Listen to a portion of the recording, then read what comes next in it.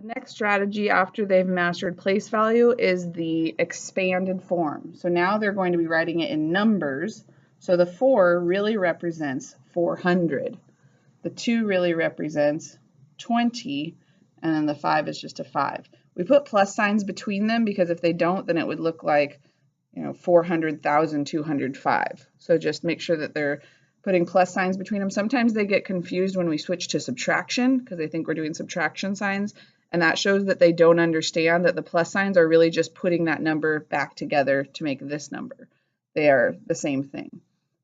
So then we draw our next number under it. So now they're starting to get closer to the way that we all were raised with the algorithm, which is what we call when you stack the numbers, but they're still understanding that these are ones, these are tens, these are hundreds. If you have them just stack these two numbers like we did when we were kids, they start to learn that process, but they don't understand what it is that they're doing. They don't understand, and so a lot of times they make errors when they're regrouping and crossing off and making ones and things like that.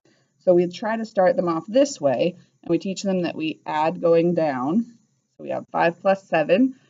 We haven't done a lot with regrouping with this, but we will be in the next couple days. So we have 12 here, 80 here, and 600 here, and then they have to push it back together.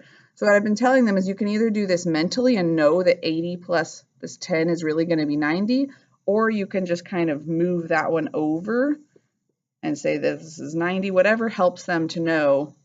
They could even carry it if you wanted them to. If they get to this, say, oh, we can't have this 10 here, it has to go up here, and just cross it off and leave the 2.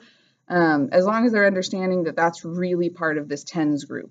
So we would end up with 692 as our answer.